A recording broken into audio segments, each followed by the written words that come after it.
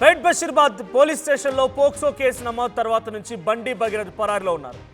వారం రోజులైనా పోలీసులు పట్టుకోవడం లేదు. నిన్న పోలీసు విచారణకు సైతం భగీరథ్కి నోటీసులు ఇచ్చినా కూడా భగీరథ్ డుమ్మా కొట్టారు. కేసు కొట్టారని చెప్పి ఈరోజు హైకోర్టులో క్వాష్ పిటిషన్ దాఖలు చేశారు. భగీరథ్ పిటిషన్ పైన జస్టిస్ మాధవి బెంచ్ విచారణ జరపబోతోంది. అయితే బండి భగీరథ్ను పట్టుకునేందుకు 5 బృందాలు ఏర్పాటు చేసినట్టు తెలుస్తోంది. ఢిల్లీలో 2 పోలీస్ టీమ్స్, హైదరాబాద్లో 2 పోలీస్ టీమ్స్ అండ్ కరీంనగర్లో మరోటి, మొత్తంగా 5 పోలీస్ టీమ్స్ రంగంలోకి దిగాయి. నిన్న విచారణకు కూడా రాలేదు. విచారణకు రాకుండా ఒక మెయిల్ ద్వారా తన రిప్లైని బండి భగీరథ్ పంపించారు. నేను చాలా ఫెడప్ అయిపోయి ఉన్నాను, చాలా ఇంపార్టెంట్ షెడ్యూల్స్ ఉన్నాయి, సో ఆ షెడ్యూల్లో భాగంగా నేను వాటిని అటెండ్ చేయాల్సి ఉంది కాబట్టి రాలేకపోతున్నాను అని చెప్పి భగీరథ్ అటు పేట్ బషీర్బాద్ పోలీసులకి ఆయన రిప్లై కూడా ఇచ్చినట్టు తెలుస్తోంది. సో బండి భగీరథ్ ఇచ్చేటువంటి ఈ రిప్లై చూస్తే చదువుకునే పిల్లగాడు, బీటెక్ చదువుతున్నాడు, అంత పెద్ద ఫెడప్ అయిపోయే అంశాలు ఏమున్నాయి, అంత పెద్దగా ఆయన సీరియస్గా నేను లేను అందుబాటులో, నేను పని మీద ఉన్నట్టుగా ఆయన రిప్లై ఇచ్చిన చూస్తుంటే నిజంగా ఆశ్చర్యం వేస్తోంది. నిజంగా ఈ కేసు ముందడుగు పడుతుందా, నిజంగా భగీరథ్ అరెస్ట్ చేస్తారా అనే ఒక అనుమానం అయితే కలుగుతోంది. సో ఆ మెయిల్ పంపించినటువంటి ఆ ఫోటో కూడా ఇప్పుడు సోషల్ మీడియాలో వైరల్ అవుతోంది. బండి భగీరథ్ని ఎవరు దాచిపెడుతున్నారు, ఎందుకు పోలీసులను పట్టుకోలేకపోతున్నారు? సో ఒకసారి ఈ ఇష్యూ పైన బండి సంజయ్ కూడా రియాక్ట్ అయ్యారు. బండి సంజయ్ ఏం మాట్లాడారో చూద్దాం. మేము ఫ్రెండ్స్ ఉన్నానా, మేము తప్పు చేయలే, కలిసి ఉన్నాం, ఇలా విడిపోయినాం, నేను ఏ తప్పు చేయలే, నిజాయితీగా బయటికి వస్తా అని చెప్పి ఇలా నా కొడుకు చెప్పడానికి నేనేం తప్పు చేయలే నాన్న, మేము ఫ్రెండ్స్ ఉన్నానా, మేము తప్పు చేయలే, కలిసి ఉన్నాం, ఇలా విడిపోయినాం, నేను ఏ తప్పు చేయలే, నిజాయితీగా బయటికి వస్తా అని చెప్పి ఇలా మేము ఫ్రెండ్స్ నాన్న, నేనేం తప్పు చేయలే, బయటకు వస్తాను, నిజాయితీగా ఉన్నామని చెప్పి బండి సంజయ్ కుమారుడు బండి సంజయ్కి చెప్పాడంట. అంటే నేను ఒప్పుకుంటున్నాడు, వాళ్ళిద్దరు ఫ్రెండ్స్ కలిసి తిరిగినామని బండి సంజయ్ కూడా ఒప్పుకుంటున్నాడు. సో మరి మీకు చెప్పిన మాట నిజంగానే నిజమైతే ఆ అమ్మాయి ఎందుకు బలవమరణానికి పాల్పడాల్సి వస్తుంది? ఆ అమ్మాయి ఎందుకు 1-2 సార్లు చనిపోయేందుకు ప్రయత్నం చేస్తుంది? సో ఇప్పుడు ఈ విషయాలన్నీ కూడా పోలీసులు తేల్చాలి. కేంద్ర హోంశాఖ సహాయ మంత్రి అయినా లేదు కేంద్ర మంత్రి అయినా వాళ్ళ దగ్గర కేవలం ఒక 5 ఏళ్ల పాటుగా పదవులు ఉంటాయి. ప్రజలు ఇచ్చినటువంటి ఆ ఓటు హక్కుతో వాళ్ళు గెలిచి పదవులు అనుభవిస్తున్నారు తప్ప వాళ్లకు సైతం ఈ తీర్పులు ఇచ్చే అధికారం లేదు. ఇన్ఫ్యాక్ట్ కేవలం న్యాయస్థానాలకి పోలీసులు ఆధారాలు కనుగొనడానికి తప్ప ఇక్కడ ఎవరికి కూడా ఏ రకంగా తీర్పు ఇవ్వాల్సిన అవసరం. ఇన్ఫ్యాక్ట్ మీడియాగా మేము కూడా తీర్పులు ఇవ్వలేము, మన న్యాయ వ్యవస్థని చేతిలోకి తీసుకోలేము, చట్టాన్ని కూడా చేతిలోకి తీసుకోలేము. సో బండి సంజయ్ చెప్తున్నట్టుగా ఈ మాటలు ఎవరు చెప్పాలి? ఇప్పుడు పోలీసులు చెప్పాలి. ఏమని? పాపం వాళ్ళు ఏం తెలియదు, వాళ్ళు ఫ్రెండ్స్గా ఉన్నారు, అమ్మాయి తప్పుడు కేసు పెట్టింది, అబ్బాయి పైన అని చెప్పి పోలీసులు చెప్తే బండి సంజయ్ కొడుకు క్లీన్ చిట్ ఇచ్చినట్టు అవుతుంది. కానీ ఆయనను తప్పించి ఎక్కడ దాచిపెట్టి మరి పరాలో ఉన్నారని చెప్పి 5 రోజులైనా, ఇప్పుడు వారం రోజులు అవుతుంది, 5 టీములు తొట్టినా పట్టుకోవడం లేదు. సో ఇప్పుడు కట్ చేస్తే ఈరోజు క్వాష్ పిటిషన్, కేసు కొట్టేయాలని చెప్పి పిటిషన్ దాఖలు చేశారు. సో మరిన్ని అప్డేట్స్ ప్రతినిధి హైకోర్టు నుంచి నారెడ్డి సిద్ధంగా ఉన్నారు. నారెడ్డి, హైకోర్టులో ఇప్పుడు ఏ సమయానికి విచారణ జరగబోతోంది, అప్డేట్స్ ఏంటి, ఈ విచారణ ఎటువంటి రిజల్ట్ వచ్చే అవకాశం ఉంది? ఇన్నారెడ్డి రైట్, ఒకసారి మళ్ళీ ఇన్నారెడ్డి వెళ్దాం. మనతో పాటుగా ఆర్టీవీ లైవ్లో జాయిన్ అవుతున్నారు బీఆర్ఎస్ నుంచి సీనియర్ నేత సుమిత్రానంద్ గారు అండ్ కాంగ్రెస్ నుంచి ఇంద్రా శోభన్ గారు.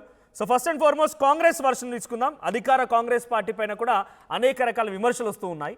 సో రేవంత్ రెడ్డి ఏదో కాపాడుతున్నాడని, అటు బండి సంజయ్ అండ్ రేవంత్ రెడ్డి ములాఖత్ అయ్యారని, భగీరథ్ని కాపాడడానికి కాంగ్రెస్ పార్టీ వెనకడుగు వేస్తుందని. సో సహజంగా డెఫినెట్గా పోక్సో కేసులో ఒకసారి కేసు నమోదైన తర్వాత నిందితుని అదుపులోకి తీసుకున్న తర్వాత తదుపరిగా క్వాష్ వేస్తారా, బెయిల్ వేస్తారా, ఆ తర్వాత సంగతి. కానీ నాకు తెలిసి బహుశా తెలంగాణ చరిత్రలోనే ఒక పోక్సో కేసు మీద మొదటిసారిగా సిట్టు వేశారు.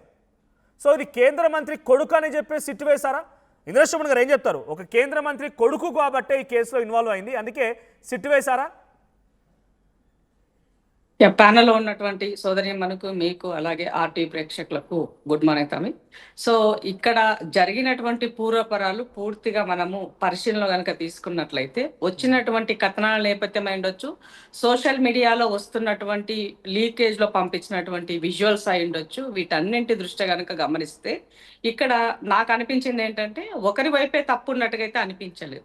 ఇద్దరి యొక్క ద్వారా తప్పు జరిగింది అని అనిపిస్తుంది. ఆ తప్పు అది ఫిజికల్ గా తప్పు జరిగిందా, జస్ట్ యాక్సెప్ట్ చేయను బికాజ్ ఎందుకంటే ఇద్దరు వైపు అనేది ఒకవేళ అమ్మాయి కనుక మేజర్, ఇంకా అమ్మాయి మేజర్ కన్ఫర్మ్ కాలేదు, అమ్మాయి మేజర్ కన్ఫర్మ్ కాలేదు కాబట్టి అది యాక్సెప్ట్ చేయను.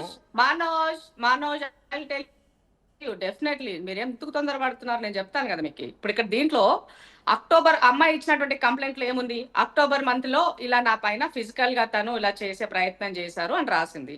తర్వాత నవంబర్ ఒకసారి ఫామ్ హౌస్ లో, డిసెంబర్ ఒకసారి ఫామ్ హౌస్ లో అని రాయబడ్డది.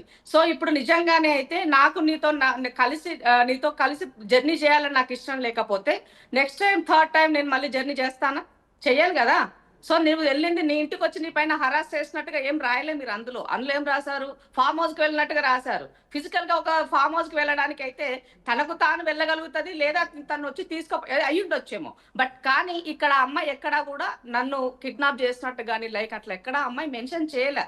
నేను ఏమంటా అంటే ఇద్దరు ఫ్రెండ్స్ గా కలిసి వాళ్ళు ఆ వచ్చిన విజువల్స్ కూడా మీరు గమనిస్తే వాళ్ళ ఫ్యామిలీ మెంబర్స్ కూడా తనతో బాగున్నట్టుగా కాదండి. ఇప్పుడు ఆ విజువల్ మనం కన్ఫర్మ్ చేస్తామా? ఆ విజువల్ అనేది ఇప్పుడు అధికారికంగా పోలీసులు విడుదల చేసింది కాదు, కొన్ని సోషల్ మీడియా ప్లాట్ఫామ్స్ అది కూడా బీజేపీకి సపోర్ట్ గా, సారీ బీజేపీ కూడా కాదు, బండి సంజయ్ కి అనుకూలంగా ఉన్నటువంటి సపోర్టివ్ సోషల్ మీడియాలో మాత్రమే ఆ వీడియో. ఒకటి చెప్తా మీకు మనోజ్, వినండి.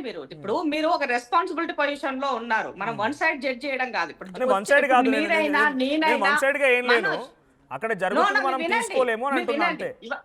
నేనేమంటున్నా, మీరైనా నేనైనా మాట్లాడే సోకాల్డ్ అందరూ కూడా వచ్చిన కంప్లైంట్ వచ్చిన విజువల్స్ ను బట్టే మాట్లాడుతున్నారు. ఇప్పుడు ఎవరు కూడా దీన్ని ఎవరు సాక్షిగా చూడలేదు, ఎవరికి కూడా పోలీసుల నుంచి కూడా ఎలాంటిది ఇప్పటివరకు మనకి బయటకి రాలేదు. పోనీ ఆ అమ్మాయి బయటకు వచ్చి ఓపెన్ స్టేట్మెంట్ కూడా ఎక్కడ చేయలేదు, వాళ్ళ పేరెంట్స్ చేయలేదు, అమ్మాయి కూడా ఓపెన్ స్టేట్మెంట్ చేయలేదు, మనకి ఎక్కడ లైవ్ స్టేట్మెంట్స్ లేవు. కాబట్టి కనబడ్డదాన్ని మాత్రమే మనము ఊహించి మాట్లాడుతున్నాం ఇక్కడ. కాబట్టి జరిగినటువంటి దాంట్లో ఒక పొలిటికల్ ఫ్యామిలీ నుంచి ఉన్నటువంటి తన కొడుకు పైన ఆరోపణలు వచ్చినప్పుడు కేంద్ర సహాయ శాఖ మంత్రిగా అంటే చట్టాలను కాపాడుతాను చెప్పినటువంటి బండి సంజయ్ దీనిని 100% తన కొడుకు తప్పు లేదు, నేను తప్పు చేయలే నాన్న, కలిసే ఉన్నానని చెప్పినని తను చెప్పారు. ఇందాక ఆ విజువల్ మనం విన్నున్నాం. కాబట్టి మీరు ఇమ్మీడియట్ గా పోలీసులకి పరారీలో ఉన్నారు, దాన్ని వస్తారు, నాకు ఇవాళ కొంచెం అవకాశం ఇవ్వండి, నేను రేపు వచ్చి హాజరవుతాను, ఇలాంటిదంతా చేస్తే అదేమవుతుందంటే స్వయంకృత అపరాధం అవుతుంది. తప్పు చేసావా చెయ్యలేదా అది ఈ విచారణలో తేలుతుంది. ఫస్ట్ క్వశ్చన్ అదే ఇంద్రశోభన్ గారు, నేను ఏమంటున్నానంటే జనరల్గా గతంలో చాలా కేసులు అయినాయి, పోక్సో కేసులు చాలా కేసులు నమోదైనాయి. స్వయంగా బండి సంజయ్ గారే ఒకానొక సందర్భంలో హైదరాబాద్ తెలంగాణ రాష్ట్రాన్ని షేక్ చేసిన ఒక పోక్సో కేసు విషయంలో మనం అమ్మాయిని మెజిస్ట్రేట్ ముందు హాజరుపరచాలి, ఆ నిందితుల పేరు తెలుసు, నిందితుల వివరాలు తెలుసు కాబట్టి అరెస్ట్ చేయాలి అని మాట్లాడుకొచ్చారు. ఇప్పుడు ఎందుకు పోక్సో కేసు విషయంలో నా స్ట్రైట్ క్వశ్చన్, అక్కడ నిజంగా మీరు అంటున్నట్టుగా రేపటి రోజున భగీరథ అరెస్ట్ అవుతారా, భగీరథ వైపు న్యాయం ఉందా, అమ్మాయి వైపు న్యాయం ఉందా, ఏంటి ఏం కథ అనేది పోలీసులు సేకరించిన ఆధారాలు న్యాయ వ్యవస్థలో జరిగినటువంటి విచారణ బట్టే తెలుస్తుంది. కానీ ఇప్పుడు మాత్రం ఎందుకు ఈ కేసులోనే సిట్టు వేయాల్సి వచ్చింది ఈ ప్రభుత్వము? ఎందుకు ఒక స్పెషల్ టీమ్ని ఈ కేసులో మాత్రమే వేశారు? వేరే కేసులకి ఈ కేసుకి తేడా ఏంటి? కేవలం బండి సంజయ్ కేంద్ర మంత్రి కొడుకు అనేటువంటి తేడా మాత్రమేనా?